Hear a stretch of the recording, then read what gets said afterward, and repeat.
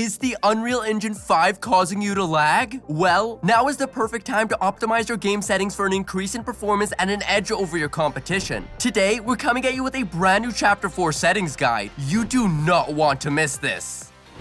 Aside from all the fun new weapons and POIs, the most notable thing about Chapter 4 is the engine change. This chapter, Epic made the jump from Unreal Engine 4 to Engine 5.1, and man is it crazy. With maxed out video settings on a strong PC, your gameplay almost looks like real life. I mean, just look at all the detail here, it's crazy. And if you don't care too much for the graphics and just want your game to feel as smooth as possible, playing on lower settings will do just that. But we'll get more into that later on. However, if you're playing on a weaker PC, there's a solid chance that your game has been lagging like crazy. With all these new engine mechanics like these over-the-top build destruction animations, it may just be too much for your computer to handle. Don't worry though, we've got a few tricks up our sleeves to get your game feeling right again.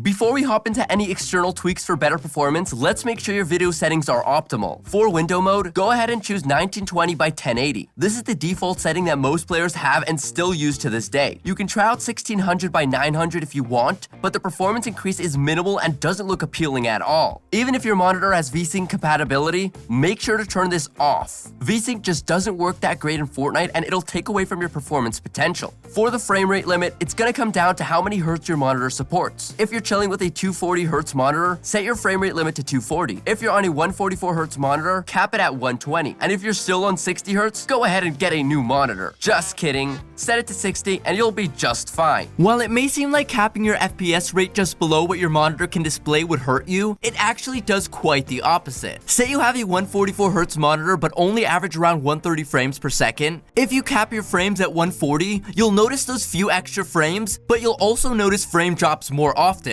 Something we want to avoid at all costs in a high-intensity game like Fortnite. For your rendering mode, you're gonna need to use performance mode if you truly want the best performance possible. It really doesn't look that much worse than DX11 and 12, and the decrease in input delay and frame drops is definitely worth it. Brightness is really just personal preference, but we recommend 100 or 110%.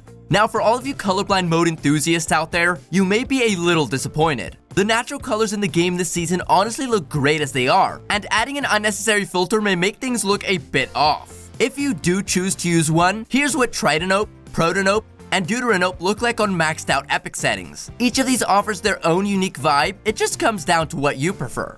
Heading down to your 3D resolution, keep this one at 100%. Yes, lowering it may give you a slight increase in performance, but it looks absolutely awful. The blurred visuals might just make you worse off even on more stable frames. For the rest of the graphics quality section, set view distance to either near or medium, textures to low, turn auto download high resolution textures off, high resolution texture reminders off, and set meshes to low. Low meshes are what's gonna give your builds that low quality mobile look. It may be a bit of an eyesore at first if you've never used them before, but the decreased input delay makes it worth it. Trust me. With all of these video settings applied, your game should be running rather smoothly, even on a lower end computer. However, if you want even more of a frame boost, we've got a hidden trick to make that happen. Set your rendering mode to DX12 and close your game. After relaunching, head back to advanced graphics settings. You'll see a few new settings that weren't there before. Go ahead and set all of these to the lowest setting or turn them off. Even though these settings are for DX12, they'll still be applied when you go back into performance mode. Those of you on lower end PCs will notice quite the difference after doing this.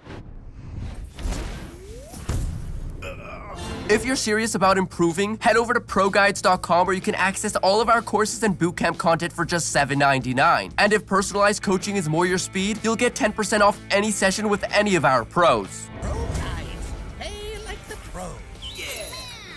We're gonna show you how a computer with a 2080 Super, an i9-99K CPU, and 16 gigs of RAM performs on all high settings in comparison to our optimized settings. As you can see with non-optimized settings, the game looks amazing, but the performance definitely isn't. Not only are the frames low, but they are also extremely inconsistent.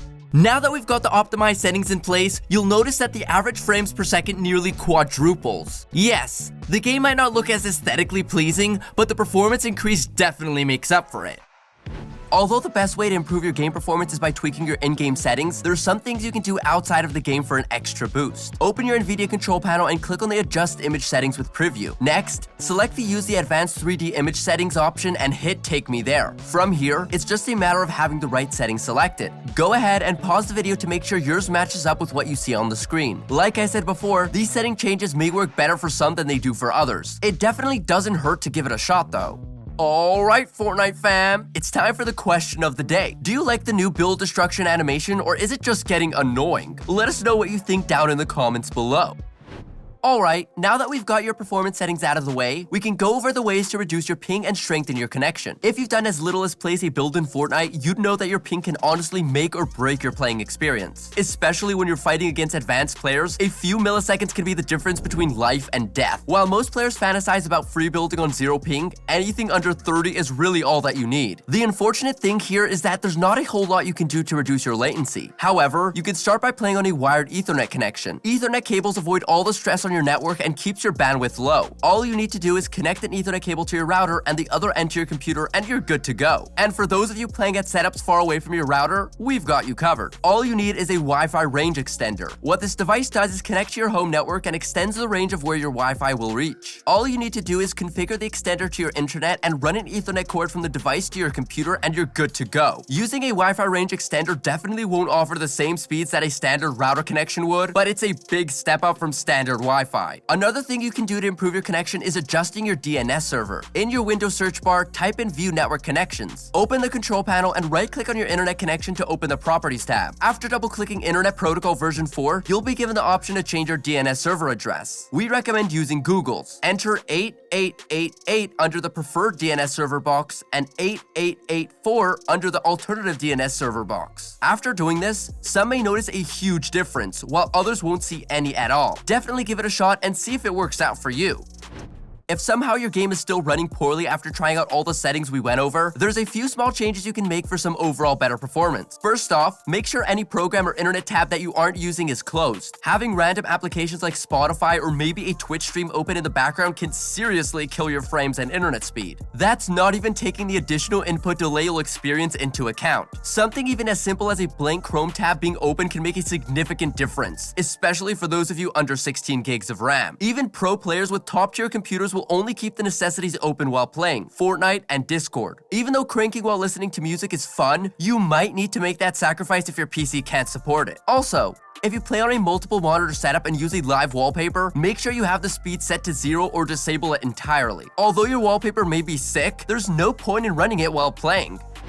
Well, that wraps things up for today, Fortnite fam. Did you enjoy the video? Be sure to leave a like and ring that bell to stay up to date with all the latest and greatest tips and tricks we have to offer. Also, feel free to leave a comment and let us know if there's anything you would be interested in learning more about. Remember guys, you can only be as good as your computer performance allows. So try out the settings we recommended and get to dominating Chapter 4. Once again, my name is Galvanized and I'll see you in our next video here at ProGuides.